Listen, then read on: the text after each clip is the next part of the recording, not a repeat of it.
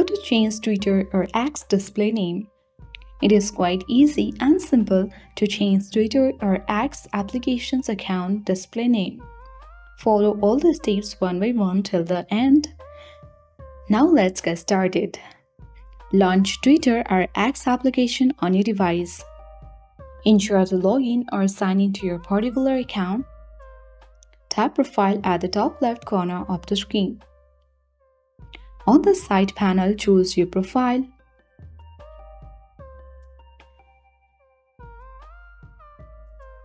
Now on this profile page, as you can see the display name at top left corner of the screen and under that the username.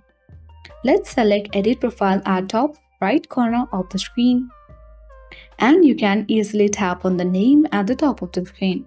You can easily delete it and again you can enter the new name which you want to display on X or Twitter account. So let's enter here. Once you are done with that, tap on the save button at top right corner of the screen.